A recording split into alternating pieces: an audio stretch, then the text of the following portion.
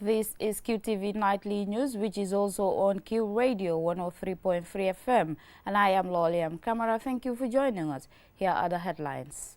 Vice President Mohamed B.S. Jallow on Friday received the Chinese ambassador to the Gambia, Louis Jean, and a delegation of African social workers on the continent at his office in Banjul.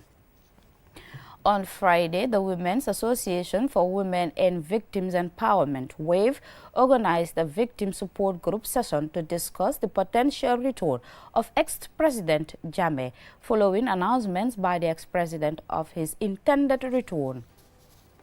A 5-unit apartment block in Jajari village, Upper Badibo, was destroyed by fire, leaving residents homeless and causing significant property loss. The 23rd China medical team in the Gambia on Thursday extended humanitarian support to the SOS Children's Village through the donation of essential food items and the provision of free medical checkups to promote the health and well-being of children. In international news, in a landmark gathering for global commerce, the 8th China International Import Expo and the Hongqiao International Forum commenced in Shanghai on Wednesday. Those were the headlines. Now, the news in detail.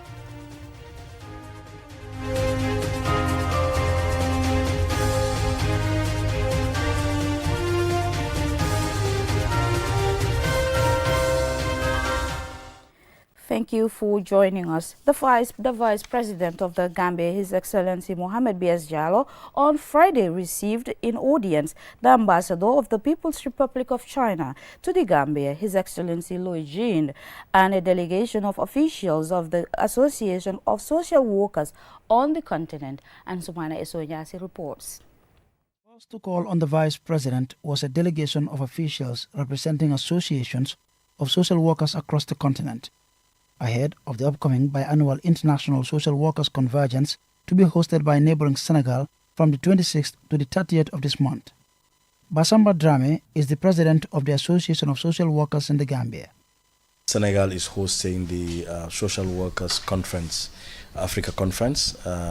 Senegal is hosting, and Senegal took it as a responsibility to seek the blessing of the Gambia first before Nigeria or Zimbabwe or South Africa, and they felt the need to come to Gambia first to meet their counterparts in the Gambia to discuss the support that they need from the Gambia and the strategic partnership that they are looking for from the Gambia Association of Social Workers. And then, of course, we have meetings with other stakeholders to discuss the conference and how Gambia is going to support, the team Gambia is going to support, and how our representation is also going to support the conference in Senegal. Mr. Dramé says Vice President Jallow was pleased to receive the delegation and express full support for the Gambia's bid to host the next International Federation of Social Workers Conference. Augustina Ogbana, Vice President of TASWIC and founder of the Care and Prevention Foundation, said the visit also provided an opportunity to brief the Vice President on some of the association's ongoing initiatives, particularly the Youth Career Guidance Initiative. We believe that if the social workers, in collaboration with Care and Prevention Foundation, will go out to bring school career development programs, seminars, to enable the young ones identify their potentials, follow their career paths, and pursue it. In this way, we will have youth that will be impactful to the society. So we seek His Excellency's support. Next to pay a courtesy call on the Vice President was the Ambassador Extraordinary and Plenipotentiary of the People's Republic of China to the Gambia, His Excellency Liu Jin. He explained that his visit formed part of ongoing efforts to further strengthen Gambia-China relations and to brief the Vice President on recent developments, particularly the people-to-people exchange programs, which he described as highly successful. Thanks His Excellency giving me the chance to share with him the latest development of bilateral relations in the past year. Now we are approaching to the new year. In the past year, our bilateral relation has achieved a lot. especially in the people-to-people exchange. I share with His Excellency that in the past year, more than 1,000 Gambian friends from all walks of life have visited China, attending various kind of a program. I think all this program is a exchange of friendship, and it strengthens our mutual trust. While commending the strong ties between Banjul and Beijing, he reaffirmed China's commitment to further enhancing its partnership with the Gambia, particularly in the area of infrastructure development and across several other sectors. Antoine Sonyasi for KTV News. The Women's Association for Women and Victims Empowerment, WAVE, on Friday hosted a victim support group engagement centered around ex-President Jammeh's possible return, as announced by the ex-president, of his intended return and some of his victims' position on the matter. Jacqueline Koli has more. During the meeting, victims of human rights abuses under the former president's regime shared their reactions to a recent audio recording by former President Jammeh, in which he talked about his intention to return to the Gambia this month. Several participants, including Jara Suare, expressed deep concern, stressing that Jammeh should not return to the country as a free citizen. Su ñëwee fii man dinaa ne pour justice serve du yomba dina am fitina. If he is to return, the law should take its course. I recommend he be prosecuted in another country for peace to reign in the Gambia. Why not prosecute him in Ghana? Because some Ghanaians were also victimized. Others argue that the government's claim of lacking resources to prosecute ex-President Jammeh or implement the TRRC reparations and recommendations is unacceptable, noting that funds used for political rallies and presidential tours and other activities would have been directed towards implementing the Truth, Reconciliation and Reparation Commission's recommendations instead. The People's Tour would go down with over $52 million. $52 million. Last year could be less than $52 million. Year before last, another thing. If those things were combined, they would have now gotten ready with the victims who are long been waiting. Before the session concluded, WAVE representatives informed attendees that they had a meeting a few minutes before this meeting with the post-TRRC unit, who reaffirmed their commitment that once ex-President Jammeh returns to the country, he will face prosecution in accordance with the Commission's recommendations. Victims in the village of Kermot Ali in the Gambia were primarily members of the Ndiga religious minority who were targeted in a 2009 incident where police and paramilitary officers arrested and beat dozens of people. Following this violence, many fled to Senegal and some children were unable to return to school, while others had trouble regaining their Gambian citizenship. Here is Yunusa Sisse's reaction, representing the victims of Kermot Ali. An update also from the Ministry of Justice, I would say, is a welcome news. It's a welcome news that if he steps in the source of the Gambia, he will be arrested and taken to according to what the law actually requires from him. Priscilla Yago Sisse, the co-founder and technical advisor for WAVE, emphasized the need for justice and accountability for the victims of the 69 perpetrators of injustice inflicted on victims of human rights abuses as identified by the TRRC.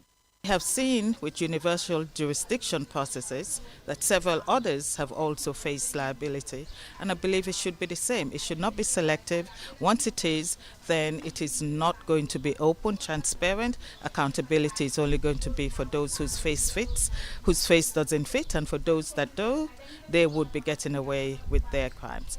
Indeed, realistically, not everyone would be able to go through the process for a number of reasons, including resources. Now, it's not for me to say what the government would do, but we can also just hold on to the pledges that the government has made that all those who are deemed to be accountable would be liable.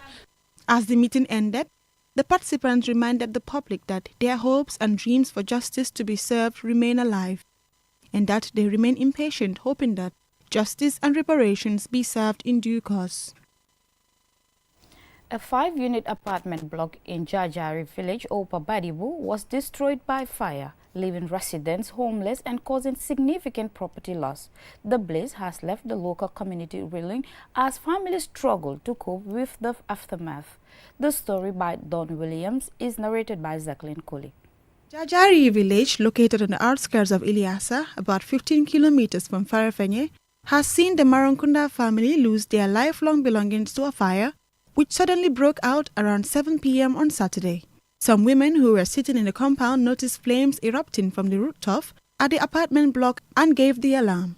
Saja Marong, the owner and head of the family, appealed for assistance, explaining that they have been left with absolutely nothing.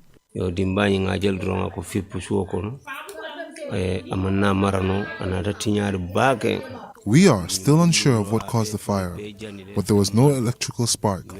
All 5 rooms were completely destroyed, including our beds, food items, clothing, furniture, television, refrigerators, and the children's school bags, shoes, and books.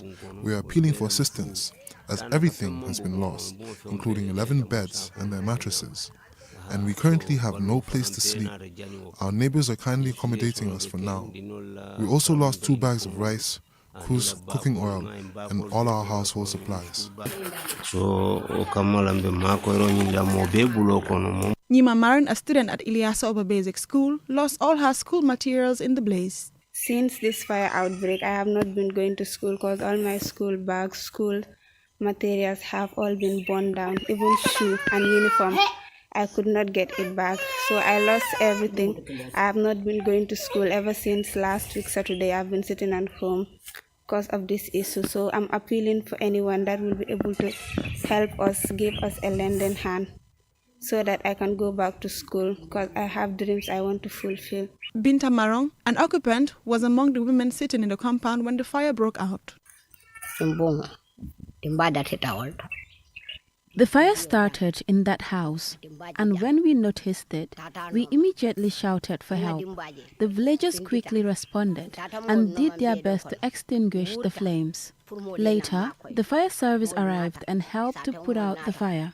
Unfortunately, the blaze caused extensive destruction. The devastating fire in Jajari village has left families grappling with loss and uncertainty. Although the community's swift response helped contain the blaze, it was too late to save most belongings.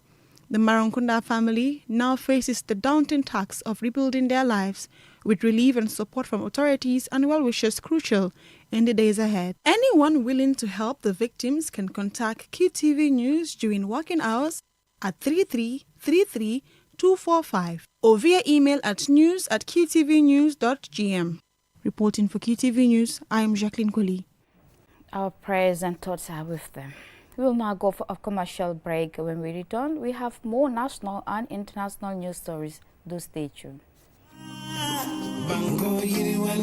It's time to celebrate women who lead, innovate, inspire, and empower. Join us for the GWCC Women in Business Forum and Awards Ceremony, prestigious evening, proudly organized by the Gambia Women's Chamber of Commerce, GWCC, honoring resilience, excellence, and leadership in business. The theme for this year is For All Women and Girls, Rights, Equality, and Empowerment. On that day, GWCC will give awards in the following categories: Women in STEM of the Year, Women Entrepreneur of the Year, Regional Women Agropreneur of the Year, Women in the Catering of the Year, Women in Green Business of the Year, and Lifetime Achievement Award. Be inspired, celebrate success, support women in business. Tables and tickets are available for sales. Linger table, $50,000. Garmi table, $40,000. Taru, $30,000. Jigéen Jambar individual tickets, $2,000.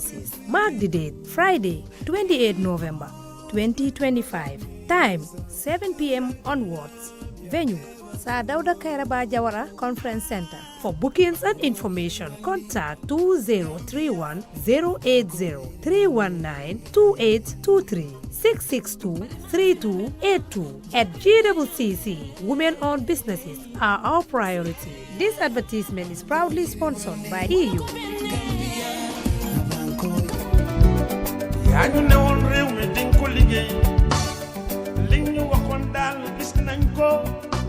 lii lañ doon xaar ci yow te gis nañ ko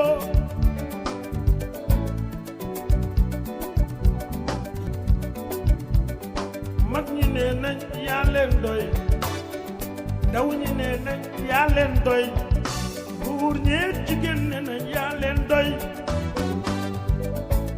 musidal yimɓe gambia e pour tan timminde e loi mo leydi republic gambia mo hitande 1997 komo yamiri ɗum ko his excellency président adama barrow o fuɗɗoto tourné e leydi he foof pour yewtide yimɓe leydi ɓe te o anda no yimɓe leydi ɓe gondiri ni to heɓana hoore mum kibaru laaɓɗo ko abbiti hen nafoore mo ɗin ɗon sartaji laamu e waktu on ɗon tourné président o dañat ko yata e mitinaɗi nogase goho e leydi he foof te o humpito dulaji capan tati to ɗi projet aji liggete ko wayni no ndema e courant o jangre nde cellal ngal yo donide rewɓe yo ɗen ɗon dame julayaji sukaɓe yo dame goɗɗe ndente his excellency président adama barrow ko fuɗɗorta ko lewru novembre balɗe mayru sappo yahanma ha lewru 10 balɗe mayru tati hitande kande 2025 tuma rek nde o fuɗɗi e on ɗon tourné dañɗo fayda pour yewtude yimɓe leydi ɓe ɗen ɗon gueɗe nafoore leydi ndi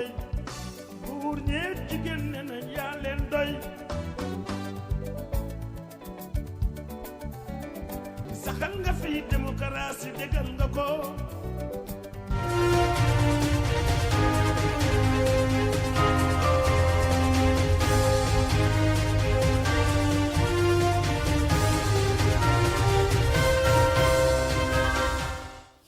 Welcome back, and this is QTV News. The 23rd China medical team in the Gambia on Thursday extended humanitarian support to the SOS Children's Village through the donation of essential food items valued at over $120,000 and the provision of free medical checkups to promote the health and well-being of children. Here is the report. The Chinese Embassy in the Gambia, the 23rd China medical team to the Gambia, the Chinese Residents Association in the Gambia, the China Reunification Promotion Association in the Gambia, and the Confucius Institute at the University of the Gambia jointly organized this charity donation and free clinic themed Chinese Love Lights Up the Smiling Coast at SOS Children's Village in the Gambia. The donated items include school stationery, footballs, bags of rice, gallons of cooking oil, bags of omo, packets of water, and other daily necessities worth over $120,000. Jean-Pierre Kwame, National Director of SOS Children's Villages, the Gambia, who received the items on behalf of the orphanage, welcomed the team to the village and acknowledged the long-standing partnership with the team. I would like, on behalf of the whole team of SOS Children's Villages in the Gambia, to thank you. Really, it's our gratefulness to you that you are stepping in every year to provide foodstuff, stationeries, clothing sometimes, sports equipment for children. This initiative is part of efforts to support SOS Children's Village in its dedication to providing a safe and caring family environment for vulnerable children, which aligns with the team's mission to protect lives and promote well-being. Ling Ling is the 23rd China medical team's lead. The light in the children's eye is exactly the motivation for us to come across mountains and seas. In this free clinic, we have brought services such as a common disease diagnosis and treatment, health checkups, and health guidance, hoping to protect children's growth with professional medical skills. Meanwhile, we have also prepared medicines willing to add a layer of health security to this one big family. In addition to the donation, the medical professionals also provided free health checkups and basic medical consultations for staff, mothers at the village, and children. We also spoke with some staff and a parent after they had checked. I've been battling with my knee for more than 2 years now. But hopefully the test they did for me, their traditional way of healing, that's what they did for me today. And I feel a bit relief with the knee because the way I'm stretching it right now, I'm not feeling that pain that I was feeling. According to the organizers, this activity highlights the deep care of the Chinese embassy in the Gambia and the China medical team for the local Gambian community, especially the youth. It also strengthens the friendship between the two countries. The China medical team has indicated it will continue to utilize its professional expertise, collaborate with local Chinese community organizations, and contribute to China-Gambia exchanges and community development. For QTV News, Loliam Kamara. The Gambia Commission for Refugees on Thursday conducted one-day's capacity-building training for intake 15 officers at the Gambia Immigration Department Training School.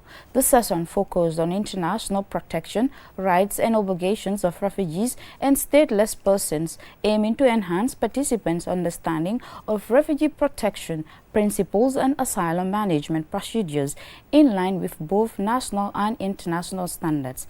Yafa Tugay reports. The training highlighted the international legal frameworks that guide the protection of refugees and stateless persons, particularly the 1951 Refugee Convention, its 1967 Protocol, the 1954 and 1961 Statelessness Conventions. These instruments form the cornerstone of global efforts to safeguard the rights and dignity of displaced and stateless individuals.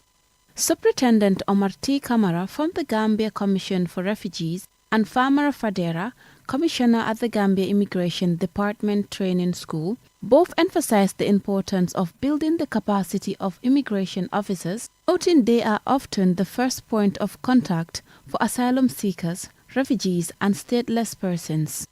As frontline officers, you all interact directly with asylum seekers, refugees, stateless persons, at our borders, checkpoints, and during raiding. Your action, your decision, your understanding of protection principles will have a direct impact on the lives, dignity, and safety of vulnerable individuals, families who may be fleeing persecution, conflict, or insecurity. To the participants, that is intake 15, this training is designed to enrich your understanding of a critical aspect of your work, which is to encourage you to listen attentively, please ask questions, and take full advantage of this opportunity. Olimatu Jambe, Assistant Director General of Immigration in the Gambia, reminded the officers of their duties and responsibilities towards refugees and stateless persons. She emphasized that immigration officers play a crucial role in serving asylum seekers, describing them as custodians of human dignity and protectors of those fleeing persecution, conflict, and instability. As immigration officers, our duties extend beyond our border management and enforcement. We are also custodians of human dignity and protectors of those fleeing persecution, conflict, and instability. Fatoumata Danso, a participant in the training, shared how impactful the session will be for her work as an immigration officer. Our expectation here is to see how best we can deliver those things that are being given to us, to the general public, and also to make sure that we work on to developing ourselves towards the goal of the Gambia Immigration Department, Ministry of Interior, and the Gambia at large. The training comes at a critical time as the Gambia reports no drop in cases of irregular migration and related incidents. The training underscored the crucial role of immigration officers in upholding national and international commitment to protect refugees and stateless persons. As frontline officers, their work goes beyond border management, as it encompasses safeguarding human rights, ensuring fair asylum procedures, and promoting dignity for all individuals seeking protection. Strengthening their capacity is therefore vital to the Gambia's continued commitment to humanitarian principles and international refugee protection standards. Reporting for QTV News, this is Yafa Tugay. In international news, In a landmark gathering for global commerce, the 8th China International Import Expo and the Hongqiao International Forum officially commenced in Shanghai on Wednesday. The event attracted leaders, policymakers and business representatives from around the world, including several African nations. Usman Jada reports from Shanghai, China. As the world's second largest economy continues to expand, China is solidifying its position as a global trade and investment hub, driving economic integration, especially with developing nations. The event, featuring more than 3,000 companies from across the globe, is expected to generate business valued at an estimated $70 billion, spanning 366,000 square kilometers. The expo attracts participants from 150 countries, showcasing the finest offerings in international trade. Chinese Premier Lai Sheng officially opened the forum and the expo. 智能等领域加快培育壮大发展新动能，这将创造众多千亿级乃至万亿级的新产业。我们中国的宏观政。 This year's expo highlights a broad spectrum of industries, from green energy and robotics to e-commerce, offering innovative products and services. Among the distinguished attendees at the Hongqiao International Forum were Nigerian guest of honor Abbas Tajuddin and Rebecca Grispan, the UN Secretary General for Trade and Development. We must move 但是我们认识到贸易应该是互利互惠的，我们应该由非洲出口原材料、进口成品，转向一个以中国1978年实行改革开放时，进入全球市场，成为了推动数亿中国人摆脱贫困的关键力量。出口带来了就业，推动了产业，支持了发展。这就是市场准入的力量。这也是贸易的力量。如今，中国正在将这样的机会。Earlier this year, in June 2025, China expanded its tariff-free trade policy, granting zero tariff access to all 53 African countries. This move reflects China's ongoing efforts to strengthen economic ties with the continent. At this year's expo, 30 African nations were represented, including the Gambia.